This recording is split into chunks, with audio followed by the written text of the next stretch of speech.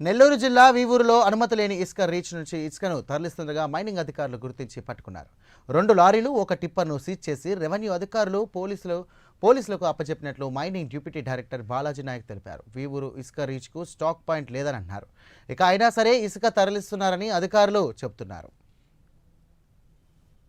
నెల్లూరు జిల్లా deputy director mines ఎల్జీఎల్జీ ఈరోజు surprise sand visits desiltation పాయింట్స్లో భాగంగా పోతిరెడ్డిపాడు, సంగము, సూరాయిపాలెంలో ఉన్నటువంటి ఇసుక రీచ్లు, ఇసుక డంప్ యార్డ్లు ఇన్స్పెక్షన్ చేసి తిరిగి నెల్లూరు వెళ్తుండగా లారీలు లోపలికి వస్తున్నట్టు గమనించి వీరూరు లోపల రీచ్లోకి వచ్చాము. ఇక్కడ రీచ్ ఆథరైజ్డ్ రీచ్ లేదు.